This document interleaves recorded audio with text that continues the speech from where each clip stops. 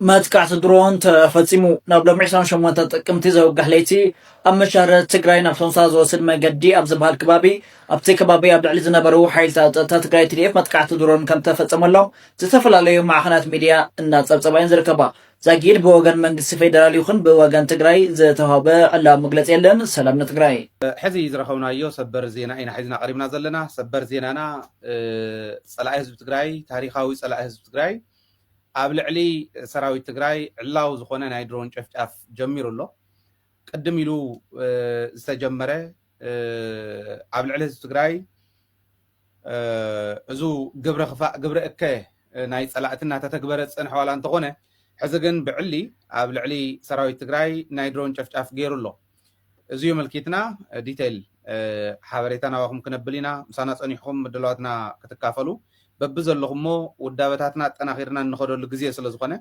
نازيون زملكات نحلفهم ملختي ناو كل خت محلالفو كنود عينا كم كان من قد شتتت ناولو بتقمز التاللو جبؤهم ممزنيهم زقنا بتقمي بقلهم تقرايك شوت وذدليو شيتي عينو وازاوزن مسوم مس حزب تግራይ ኮይና ክንውዳይና مستريف ኮይና ክንውዳይ صباح دينا نحلف نحر صباح يفلጥ لعل تግራይ نوري ነገር የለ شيح ጊዜ ሽግር ያለው ትግራይ تحت صلاتنا تحت ናይ صلاتنا ሽርሒ تحت ናይ صلاتنا نتግራይ ዝምነይሉ ኩፉ ተግባር ጦርነቱ መካሄዱ አይቀሬ ነው ግን ትግራይ እናስቀድም ወደሚለው ይሄዱ ነው ምን ያህል ትግራይ አካባቢ ያሉ ኃይሎች ምን ያህል ይሄ ነገር ይገነዘባሉ ምናቆ ነገር የለም ግን በብልጽግና በኩል ጦርነቱ ትግራይ ነገር አንድ ልባት ካላደረግን በስተቀር ወደ ኤርትራ ጉዳይ አንገሰግስም የሚለው ጉዳይ ላይ ይሄን ግን አጽንኦት ሰጥተው ከስምምነት የደረሱበት ይመስላል ቀጥለን ኤርትራ ላይ እንዘምታለን ይሄ የራሳቸው የሚሉት ነው ይሄ መረጃ መነግራችሁ ከመከላከያ ጀነራሎችም ጭምር የሰማነው ነው የፌደራል ሰራዊት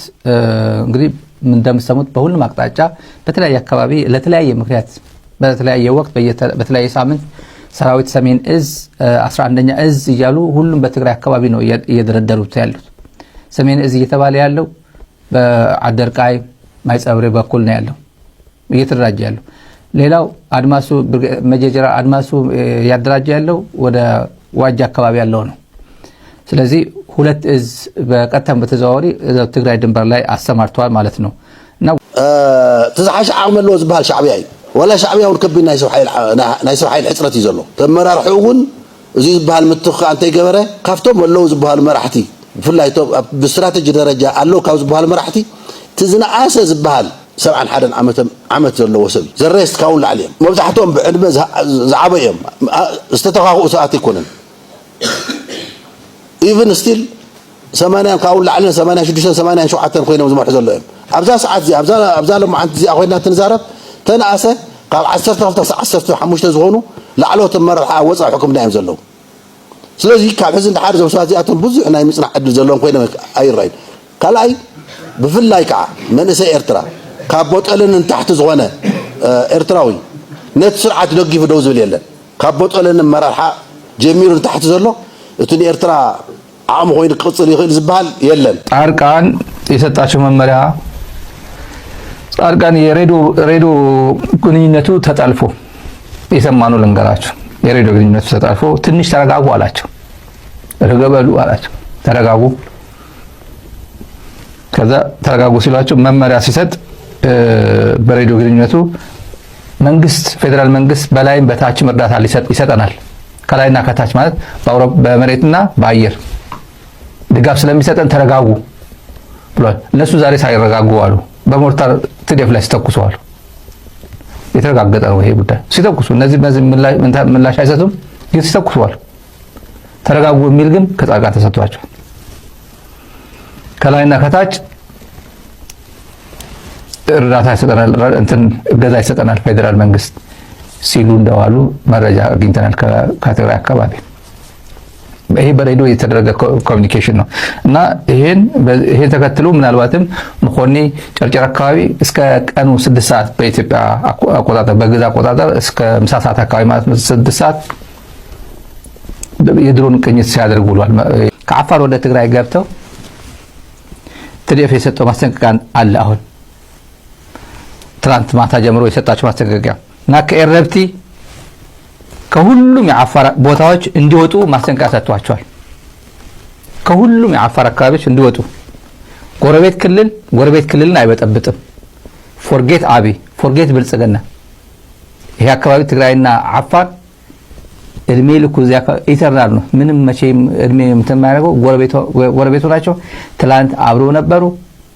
አፋር የሚባለው ክልል በመመስረት የትግራይ የህወሓት አስተዋጽኦ ምን ያህል እንደሆነ ራሳችሁ ታውቁታላችሁ። እዚያ አካባቢ ከናንተ ክልል እየተነሳ እኛን ህዝብ ወደኛ ህዝብ ላይ ሞርታር የሚተኩስ አንድ ታጣቂ ካለ እርምጃ እንወስዳለን ተብሏል። ድንበር አካባቢ ያለው ውይይት ነበር ዛሬ። ጠንከር ያለው ውይይት ነው።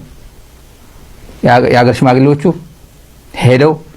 ወረዳ ሄደን ተነጋግረናል፣ ወደ ዞን እንሄዳለን። ደግሞ ከነዚህ ሽፍቶች ነው የሚሏቸው እነሱዋቸው ከነዚህ ሽፍቶች ጋር መነጋገር እነሱ ሳነጋገር ከትላልቆቹ ከአዛዦቹ ጋር እንነጋገራለን አሏቸው። ዕዳጋ ገይረ ይخመጽ አስመራ ይልካለሁ ብስራሕ ብሕቢታ ይውል አብይ አሕመድ ብርሃኑ ጁላ ሬድዋን ጌታቸው ረዳ ጻድቃን ዝክሉ ወደው ይለም ድሕረት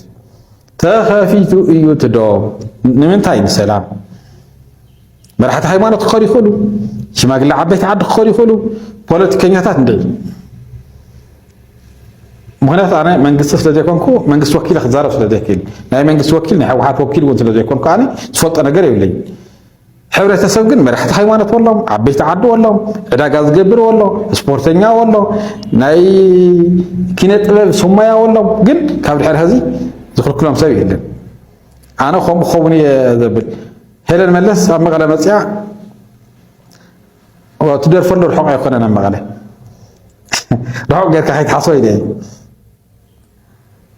ምናልባት ንሰላም ይኩም ማለት 2011 መፅያ ደሪፋ ነይራ 2018 ኪኖ ዚ ይኸድ ባንድታት ኤርትራ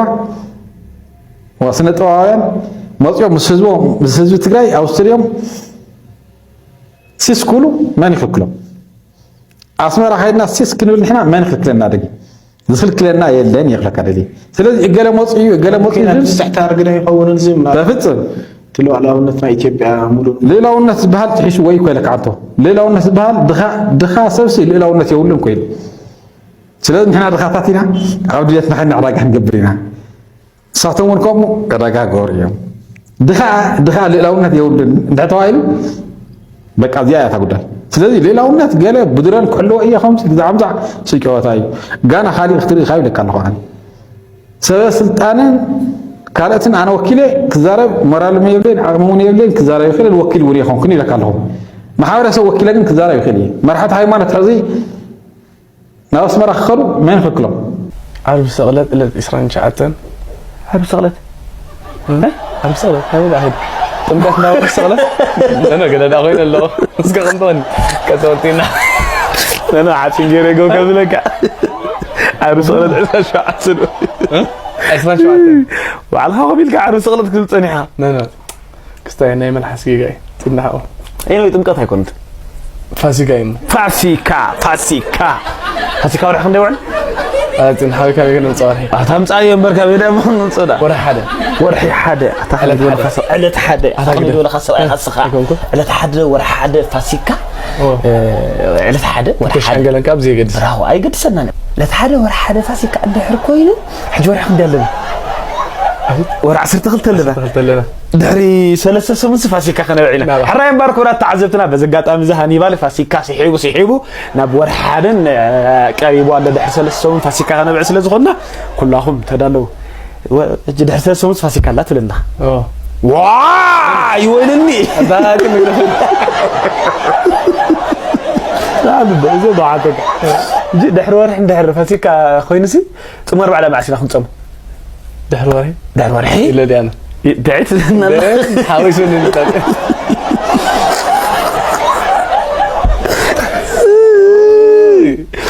ايوه عدي ورا 10 تخلتلنا دحر ورحي فاسيكا ورا حدا خناتينا تصوم 4 عدنا بيخا معنا فاسيكا يكونت فاسيكا حدش عامتي خاطر حدش عامتنا ايوه حدي فاسيكا خا مع السلاله الا حدا ورا حدا تعلنا يكونت يتكايبكا فانسكجاج انا فتن لحد 4 سنين زياده تصوم 4 سنه مش معلت هذه كم لقيت واچني قن ابزا وش تور حسابي يخطان ألتن ورحن زي تغيير هلكن ألتن ورحن زي تغيير هيمنوته وعذبع بفرنجي حدش عامت راح تكون حدش عامت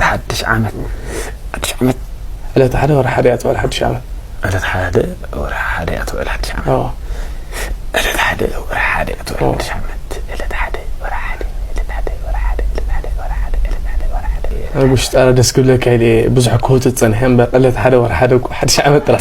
مو حراكم تخون داسك أردعني كم يتخون الله أنا كده معسي معلت توعد مالتي هم معلت خماس توعد لا معلت تعمو سوني توعد تأسخت ديفينيشن كافوت والله أنا سوني حدش عملت كل الجزية سوني توعد أنا إيش كندي قدام حدش عملت حليفة خدي سنبت حدش عملت حليفة كندي حمس حدش عملت حليفة كم يلا سوني توعد أبجزاك ممكن فريد ولا يبسلن ثم 4 ورا حدا تجوجو سوني توعد علوات حدش سمعنا ده حدش معلتي وركو خان سوني اللي كاتجمل الله